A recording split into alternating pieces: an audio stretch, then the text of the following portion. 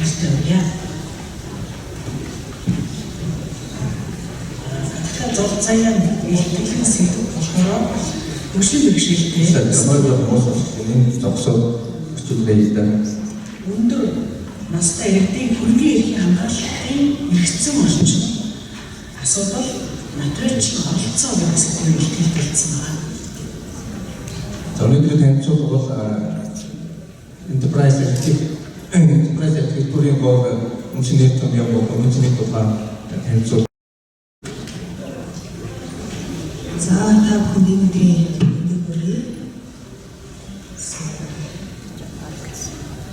ингээд ихтгэлийн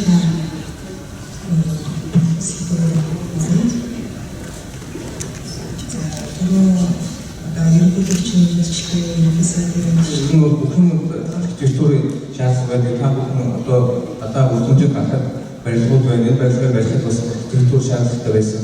Зөвхөн барилга биш мөн байгууллага систем бол бас өөрийн архитектуртай байх шаардлагатай байдаг. За мөн асуултууд хариулчихъя. За ерөнхийдөө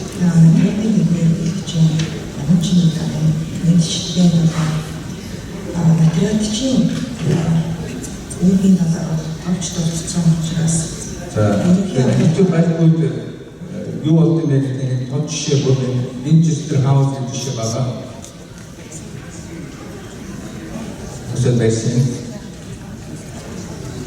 Ярианы асуудал техник асуудал чинь ярианы дондор байдаг. Амжуулах гэж байна.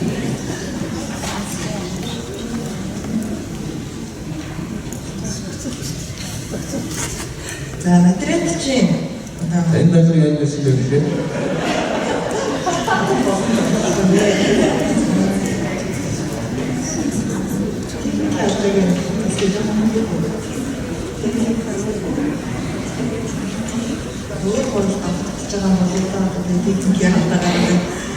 Итогийн яриа ингээд баяртай сонсогдоод орчуулагдаад ойлгомжгүй зүйл болох гэдэг.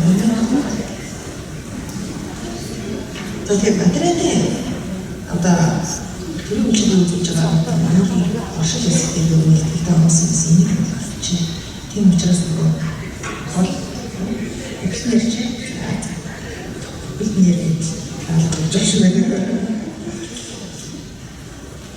за түрээс автоматтай өгчөд хүн амжилтны төвшин одоо амьдуулах болон зайлшгүй үүрэг үйлдэл Монголын Хуамын ядуурлын хэмжээний өнгөрсөн 7 хоногийн эдгээр авч үзэх юм бол 28 хүртэл байна гэж хэлсэн.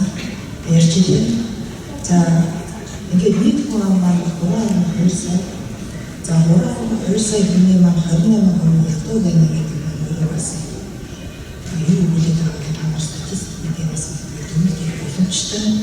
За тэрнээс гадна ядуу илүү өртөг магадлалтай ирсэн өөрийн хүчтэй багшилтай гэсэн өндөр настай иргэд байна. За ингээд бас дэлхийн тайлангаас харлаа хүчтэй бэрхшээлтэй хүмүүсийн хэмжээ жилээс жилд бол нэмэгдээд байдаг. Энэ бол бас манай тал хамааралтай юм дүгнэлт байна.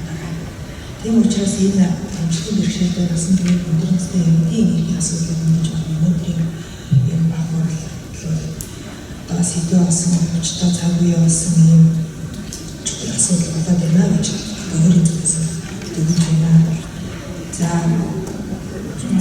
ядуурлын төвшин багастай холбоотой замун эзэмшлийн хүмүүсийн хэлхийг одоо онгоцтой хэлбэр гэж боддог гэсэн хэлбэр шиг юмс дурдлаа энтэй шинжлэхүйс хамт нэгдээ энэ хүмүүсийн нэгдээ хүмүүс нэгдээ бас нэг юм үзэж байгаа.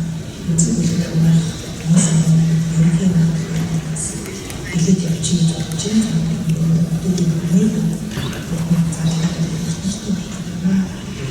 за ол анхаараас хүчтэй бэрхшээлтэй иргэд бол хамтхан байна гэж хэлсэн. За хүчтэй бэрхшээлтэй байгаа сайн бэрхшээл бол бас энгийн байдаг юм байна гэж байна. За хүчтэй бэрхшээлтэй бол чадваргүй хэрэгцээ чадамжгүй гэж байна.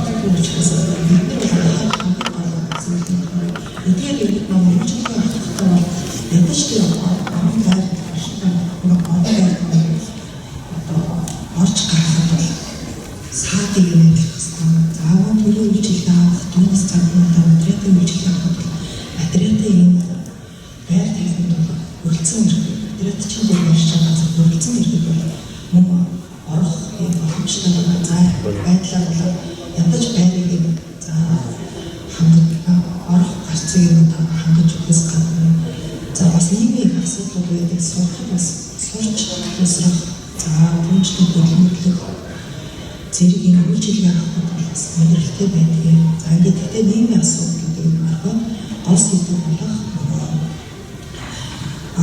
төрийн хамгаалтын асуудал яа гэж бодсон. За би бол судлаач за шүүхэд ажилладаг шүүгч ажилтай. За гэсэн мэдээж одоо бас яг өөрийнхөө туршлагын үеэс бас зарим зүйлийг бол анзаарч харах. Бид нар яг энэ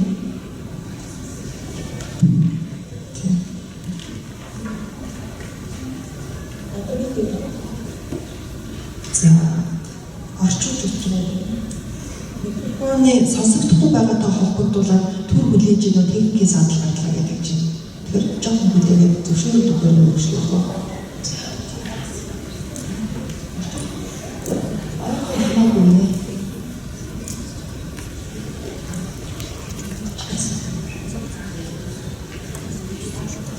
Та нарын микрофон зүгээр нь орчуулга өргөдөж байна. Яг асуулт өгч байна. Гадаадын төлөөлөгчнөөс орчуулга багтана.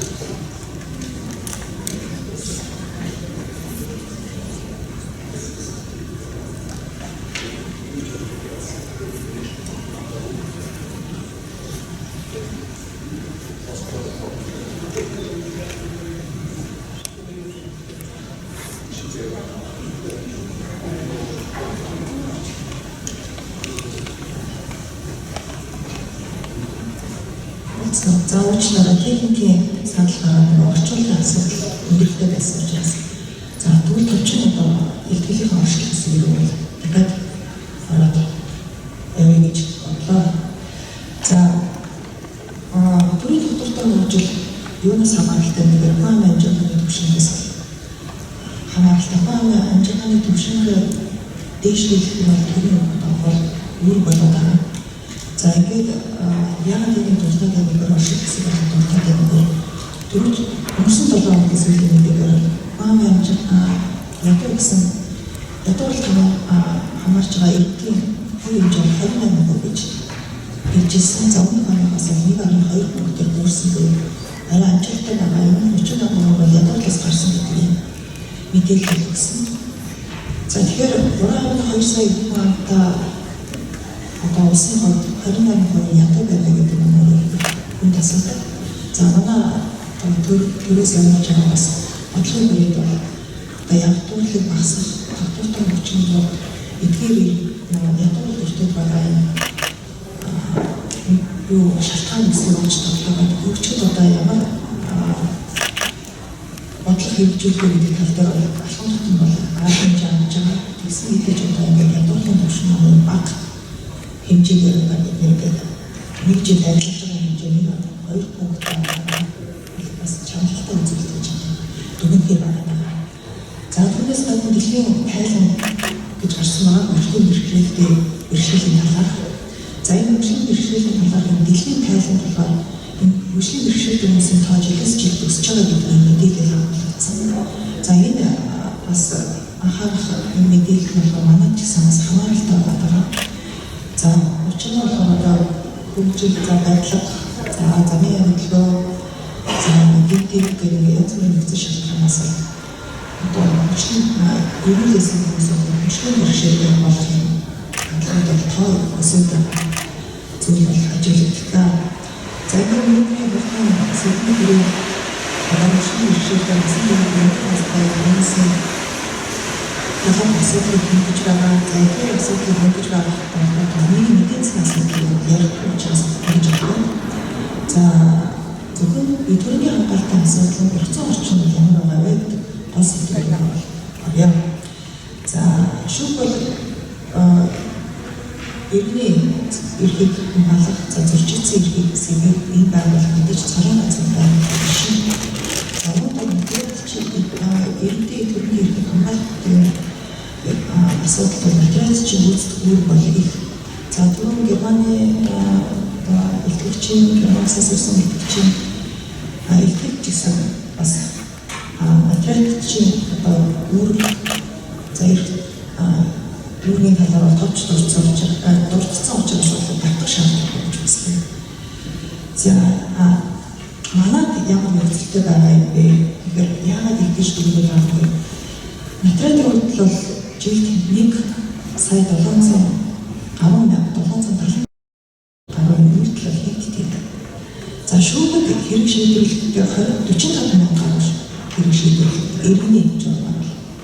Тэгэхээр энэ бол бидний материалын үйлдэлтэй хамаарахгүй шүү дээ. Энэ бол иргэний эрх зүйн асуудал, гэр бүлийн асуудал, за хөлбөрийн эрх зүйн асуудал гэдэг байдаг.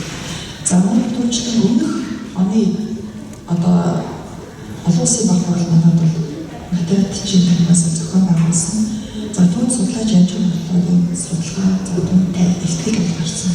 Тэгэхээр материалын үйлдэл за түүнд хамаарч байгаа одоо энэ өндөр настай иргэд хүүхэд за хөгжлийн бэрхшээлтэй иргэдтэй холбоотой юм шүүхийн статистик судалгаануудыг байхгүй. За байлгүй гэдэг нь материалын үйлдэлтэй холбоотой иргэний хэрэг бол маш цөөхөн. Тийм учраас процентыг 0,000 гэдэг судалгаа тавьсан байна. За тийм учраас одоо яг хөө иргэдийн дээрх иргэдийн хөрөнгөний хамгаалалт асуудлыг материалын байдлаас хөндөж байгаа бол яхаагүй энэ материалын оролцоо юу гэж чухал гэдгийг бол харуулж байна гэж хэлээ. Сэдвийнхаа гол сүмрэн болоорой. За ер нь эдгээр иргэдийн эрх зүйн чадамж нь ямар байдаг юм бэ гэдэг асуудал байна. За басан түрээгүй өндөр настай хөгжлийн бэрхшээлтэй гэдэг нь 3 ангиллаар аваад үзье. За насан туршаагүй иргэний хөдөлгөөр иргэний хуулиар иргэний эрх зүйн чадамжийг тодорхойлсон байгаа. За энийг бүгд мэдж байгаа учраас за энэ дэлхийн жишгийн бүрэндэжсэн адил байдаг учраас ингээд дурдаад орхив. За өндөр настай за хаалганы ахмад насны гэж нэрлэсэн байгаа. Манайд яг ахмад насны тухай хууль байгаа. За ахмад насны тухай хуулиар бол 60 настай иргэд 50 настай эмэгтэй болох гэдэг ахмад насны бол тооцдог. За түүнчлэн нийгмийн хамгааллын санаас олох тэтгэврийн тухай хуулинд хязгаар өндөр насны тэтгэвэр олох гэдэг бол мөн зохицуулсан байгаа. Түүнийг бол 65 настай гэдэг насны хязгаарыг болж байгаа биш үү? Тэгтээ өндөр настай иргэд 60 настай иргэд 50 настай эмэгтэй Монгол улсад хамаарна гэж ойлгож байна. За тэдгээр нь бүгдээрээ иргэний эрх зүйн чадамжтай.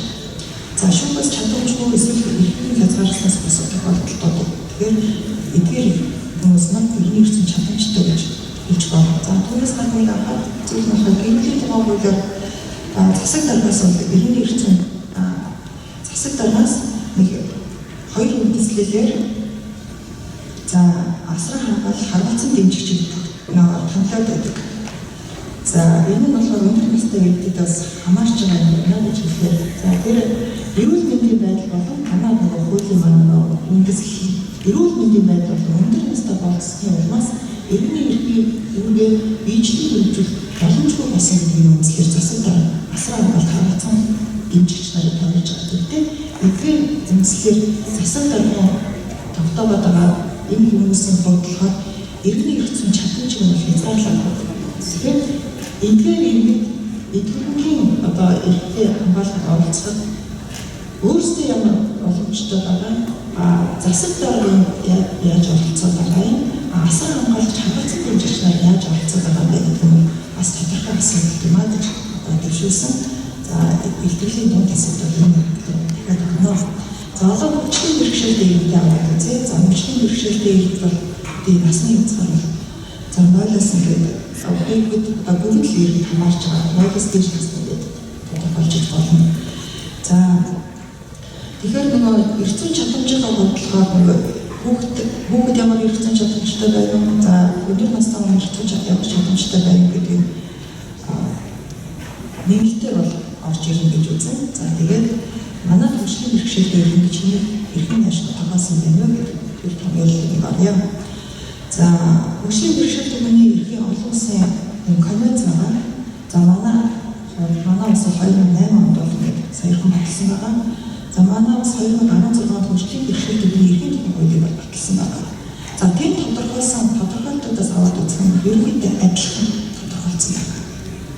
За тэгээд тэр тодорхойлолтоос харах юм бол ангиллуудыг нь харсан байгаа.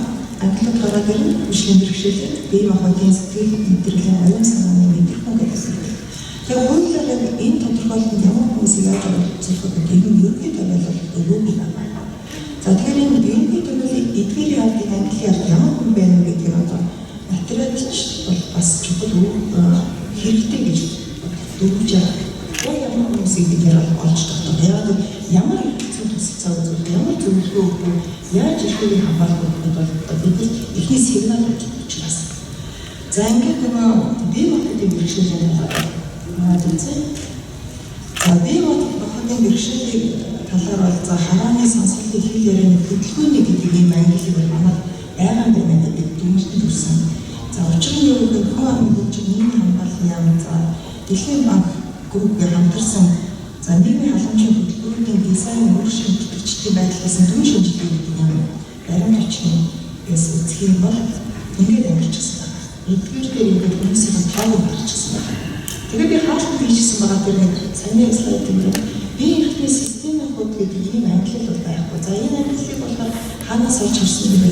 Японоос хуулинд байдаг юм. За манай дээр ч нэг ихтгэл тавьсан. Тэгээд ихтгэгчийн итгэлээс харсан. Энэ шинэ. За тэн дээр энэ бие эрхтний системийн бэрхшээлт нь бол одоо бие махбодын бэрхшээлээс хамаардаг байна. Энэ зүрхний системийн одоо үүдээ астамтай хүмүүс ингээд өөрийгөө илэрхийлэх хэцүү ингээд ангиж өгдөг юмс болохоор тийм бид нар ч нэг за ангилсан юм байдаг те ерний хэрэгцээ чадварчтай гэж үздэг болж энэ өөрөө бас нэг таамаглал өөртөө итгэл ингээд буурдаг байгаа учраас бид ч гэсэн бас энэ бас гэж анхаарч бас нэг тодорхойлох юм хөөчнөд нэг баримж болгох чиглэлтэй байна л гэж ойлгосон. За тэр нөгөө саний дуртад байгаа манай дээр нөгөө баримт бичиг гаргасан гэдэг шинжилгээ хийсэн баримт бичиг гаргасан дээр оюун санааны сэтгэл мэдрэх мэдрэхүүн гэдэг юм хөгжлийн бэрхшээлийн ангиллыг бол энэ хүмүүсийн тоо зөвхөн байдаг гэдэг утгаараа нэг томьёолоо тоо дүгнэлтээр гаргасан бол эдгээр бол тус тусдан одоо ингээд бас ангиж за энэний ард ямар одоо бэрхшээлүүд байна гэдгийг одоо мэдрэхийн тулд болохоор ерөнхий томьёолоос оруулах зөвхөн юм болж утсан. За энэ ерөнхий томьёолын авсан ирэх болохоор түрүүний Японы эдгээрийн продуктцсан хэрэгээс авсан байна. За оюун санааны хөгжлийн бэрхшээлүүд энэ юу гэж тодорхойлоод байгаа вэ? Тодорхойлсон байна. За энэ цагийн хуваар өдрийн төлөв болон мөнгөний зарцуулалтыг нийгмийн амжилт тасан зохицох зам үеийн хүндрэл бэрхшээлтэй оюуны багтаамж хязгаарлалтмар байдлаар тодорхойлогддог баримж болох байна. За дараагийнх нь сайд за энэ юугийн хүрсэн юм шиг байна.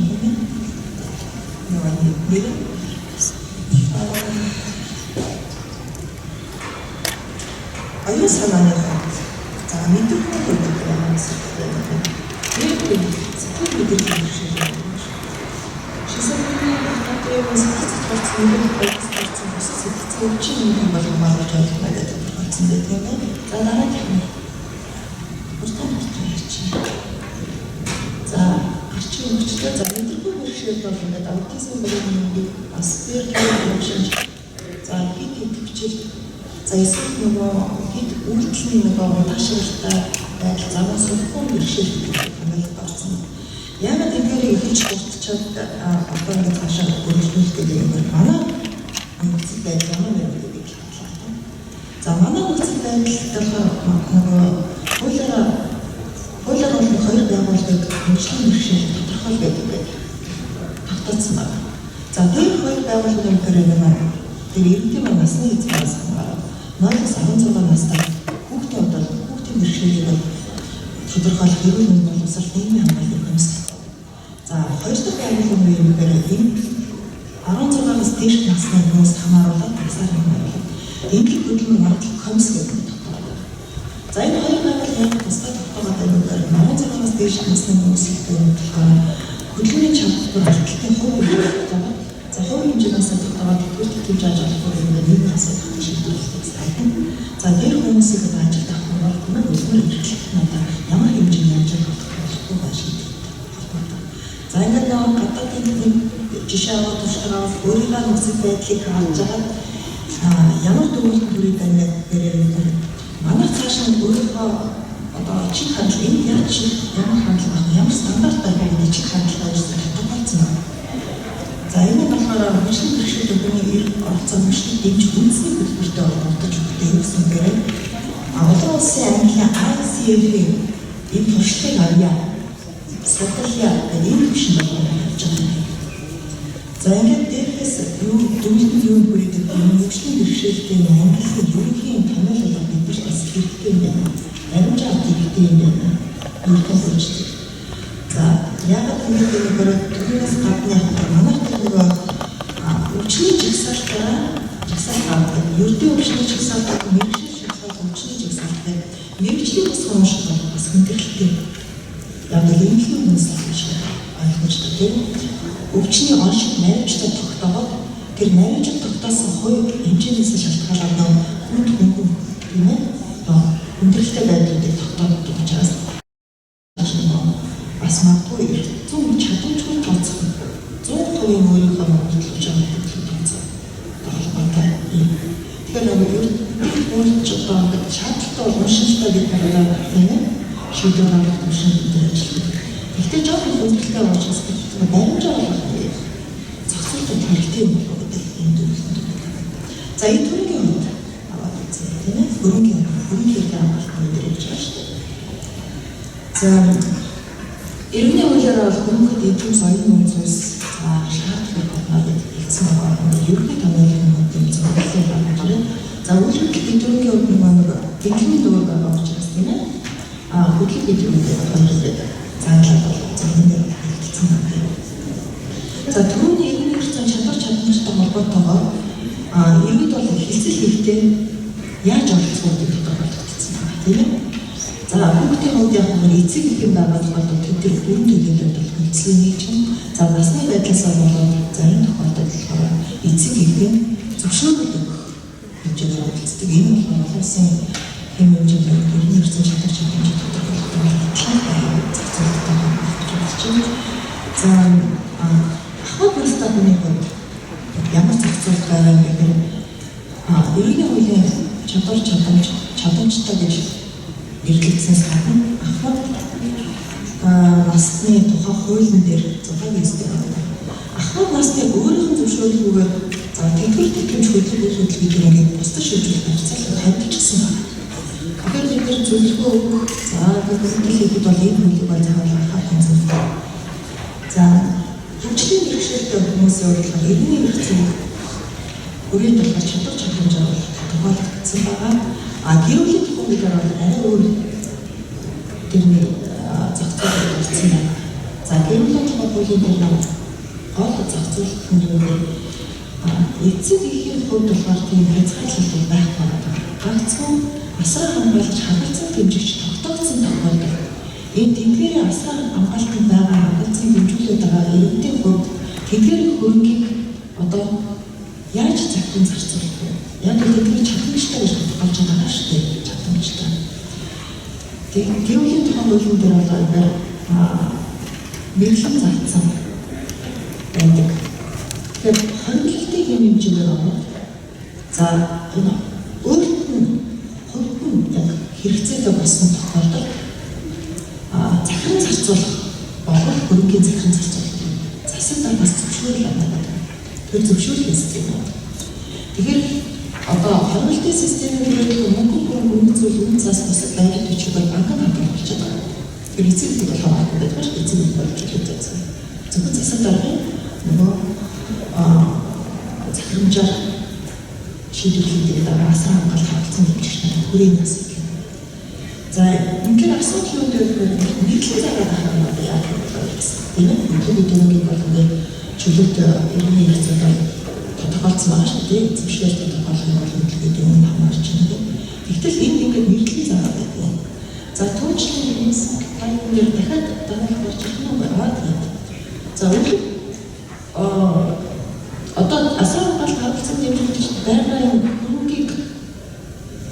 мөнгийг өөртөө зориулаад засаг дараас зөвшөөрөл авах гэж нэрлэн зарцсан. Тэгээ үйл хөдлөл бид мал банкнд төлөвлөсөн мөнгө хадгалж бусад үйл зүйлээ ингээд тодорхойлсон байна. Хязгаарлалт байдлаар тодорхойлсон байна. За ихэнх бүрийн болохоор зөвхөн онцлог хүслийг гэрээтэй холбоотой гэрээний хаан шаардлагыг үйлчилж эсвэл гэрээ төслөж байгаа холбоотой эсвэл аж ахуй эрхлэлтэй байгаа эсвэл аж ахуй эрхлэж байгаа гэдэг бодлоготой байгаа хэмжээнд зөвшөөрөл. Тэгэхээр энэ хязгаарлалт байдлаар зөвшөөрлөгдсөн байгаа. Гэхдээ зөвшөөрөл зөвшөөрөл олгож байгаа тохиолдолд материалчдээр төдий бол нэрэхгүй. Тийм ээ? Материалчдад хизээ ирэхгүй за энэ гэрийг яаж хийх вэ гэж асуух тийм ээ? Ирж байна. Энэ тохиолдолд бол материалчдад анхааруулах юм байна. Зайгаа цаг болж байгаа учраас хэрэг юм болсон. Манай ихчид үлдсэн нь гэрчтэй хооронд гэрээ гэрээ товчхон болон зөвцөл байгаа. Эдгээр бол хатуу хэлбэрийн шаардлагатай учраас тэгэхээр материалч болон заавал олцож байгаа. За энэ гэрүүлийн эрх зүйн гэж гэрүүлийн тухай хуулиуд зааварлаад байгаа нь болохоор бид засаг даваагаар үнэлж хэлдэг байгаа учраас гэрүүлийн хуулиуд тусгай аваад анхааруулж байгаа. Слайд дээр бэлтгэсэн. За гэрүүлийн эрх зүйн хүрээнд юу анхааруулж хандуулаад манай гэрүүлийн гишүүдийн тодорхойлт их өргөн үрээр өгдөрсөн. Гэрүүлийн гишүүд хинбэ гэдэг. Тэгэхээр бид нар энэ гэрүүлийн гишүүд хинбэ гэдэг нь өргөжүүлээд ингээ хуулинд оруулаад ирсэн учраас бид нар бас асуудал байна. Энэ хэзээ асуудал тодорхойгоо гэрүүлийн гишүүдийн дундын хөрөнгөний асуудал одоо зөвшөөрөл басан төрсөн үйлдэл зөвшөөрөл авах асуудалтай байгаа дээ.